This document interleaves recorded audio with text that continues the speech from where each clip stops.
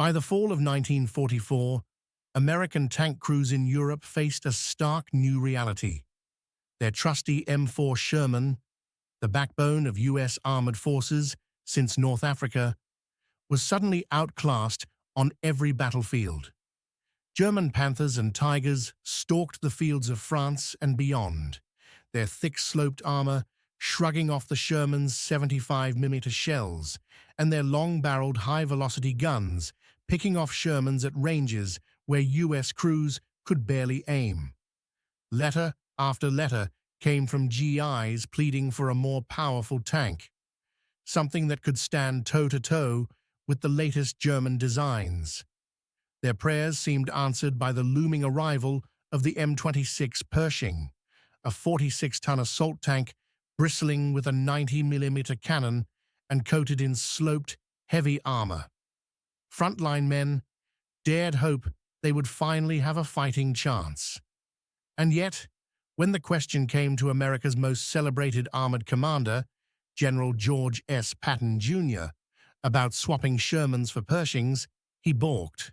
He didn't just hesitate. He argued vehemently against cutting back Sherman production. How could blood and guts Patton, the man who preached attack, attack, attack, reject a superior weapon? The answer lies in the very heart of his strategic mind, and in a truth about war too often overlooked. To grasp Patton's reasoning, first imagine the terror American tankers felt amid the ruined hedgerows of Normandy or the open fields of Lorraine. The Panther was a masterpiece, 80mm of sloped frontal plate that laughed off Sherman fire, paired with a potent 75mm gun accurate beyond a mile. The Sherman's thin vertical armor and shorter barreled gun earned it the grim nickname Ronson Lighter. It caught fire the first time, every time. Post-war scholars like Stephen Zaloga have shown that Shermans didn't burn catastrophically more often than other tanks, but to a man inside, statistics meant nothing when a hit meant instant inferno or a roof ripped off by an armor-piercing shell. In hedgerow country at ranges of a few hundred yards, U.S. crews relied on flanking movements, coordinating with infantry and artillery to catch Panthers in the side. Yet once the fighting shifted to vast fields and clearings in Lorraine, those tactics grew hazardous. Panthers and Tigers engaged at long range, pinning Shermans in kill zones. 4 or 5 Shermans might be sacrificed for a single Panther. Day after day, American tankers watched their comrades burn, convinced a new tank was their only hope. Enter the M26 Pershing. Its 90mm M3 cannon could punch through Panther frontal armor.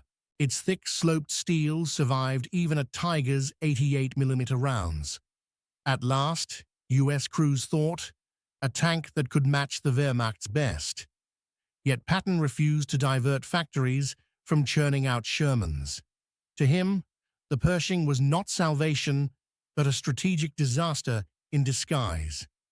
Patton was a cavalryman at heart, a relic of the horse-mounted era who had transformed himself into the spearhead of mechanized warfare. As a young officer chasing Pancho Villa in Mexico, he saw firsthand the value of speed and surprise. In the interwar years, he helped develop tank doctrine that treated armor as mechanized cavalry, fast, relentless, and audacious. His famous maxim, "Hit 'em where it hurts, hold them by the nose, and kick 'em in the pants," described a fighting method.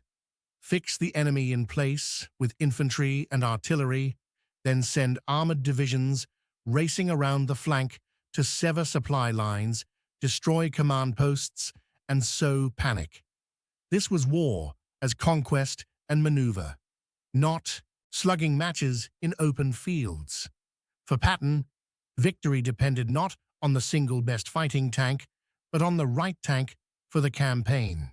He needed machines that moved swiftly across roads at 25 to 30 miles per hour, that could cross the fragile bridges of Europe without waiting for engineers, that seldom broke down, and that came pouring off assembly lines in overwhelming numbers.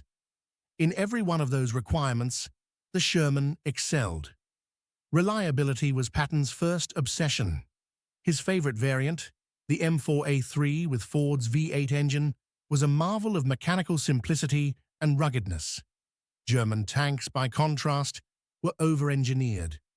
The Panther's final drive units failed after barely 150 kilometers. Its tracks derailed in mud. The Tiger's torsion bar suspension was a maintenance nightmare. A powerful enemy tank stuck in the mud or waiting for part replacements was no more dangerous than a pillbox. A Sherman that kept rolling was worth 10 Panthers standing idle. Next came speed and mobility. Weighing just over 33 tons, the Sherman zipped along continental roads, keeping pace with Patton's lightning advances. At a pinch, a Sherman could ford streams or clamber over rubble that would stall a heavier vehicle. And when America flooded the front with 5,000 to 6,000 Shermans a month, Patton knew he could gamble on attrition, lose a few dozen tanks, and still keep his momentum. Finally, sheer numbers. U.S. factories produced nearly 50,000 Sherman tanks. Patton's logistical trains could replace losses almost as fast as they occurred. He wrote to the Ordnance Department that mechanical excellence and production volume were the keys to smashing through German lines. A war won by numbers and logistics was as valid as one won by individual heroism. Now consider the Pershing through Patton's eyes. Its 90mm gun and armor might win duels, but it tipped the scales at 46 tons, 13 tons heavier than a Sherman. That weight forced engineers to build or reinforce bridges for every river crossing. In Patton's style of warfare, rapid, continuous, often operating far ahead of supply bases, those delays were unacceptable. The Pershing's new powertrain was untried under combat conditions. Early reports spoke of overheating and transmission failures. In a 200-mile push toward the German border, the last thing he wanted was for his spearhead to stall because a tank's engine seized. Moreover, shifting production to Pershings would throttle Sherman output, creating a shortage of armor at the exact moment he needed reinforcements. To Patton, that trade-off was a non-starter. So who was right? The individual tanker, cowering in his haven of steel, craving the Pershing's promise of survival in a one-on-one gun battle, or Patton, orchestrating the grand sweep of armies across a continent, valuing speed and momentum over discrete firepower? The truth is that both perspectives were valid within their own scale of warfare. On the tactical level, no argument can deny the Pershing's superiority. A medium tank with a gun that could defeat any German tank frontally would have saved countless crews caught in ambushes. For the soldier staring down the barrel of a Panther at 800 meters, a Sherman's 75 millimeters was a death sentence. The Pershing's 90 millimeters was hope. But on the operational and strategic level, Patton's realm, the Sherman was the ideal tool. Its reliability meant fewer breakdowns at critical moments.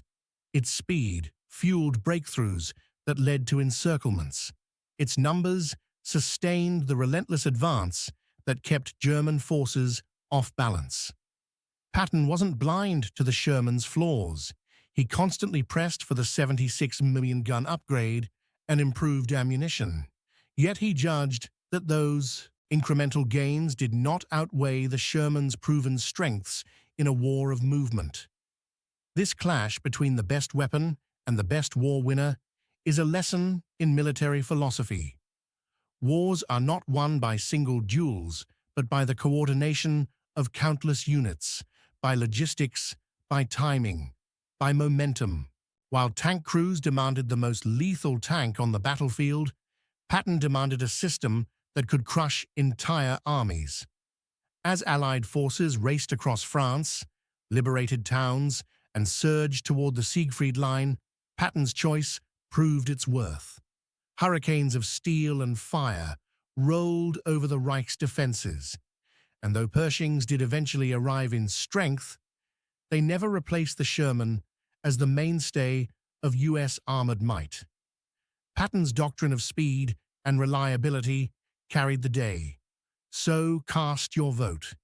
Do you side with the tanker in the turret, pleading for armor and firepower, or with the general on the map table, chasing breakthroughs with ironclad waves of Shermans? Let us know in the comments which vision you believe was the key to Allied victory.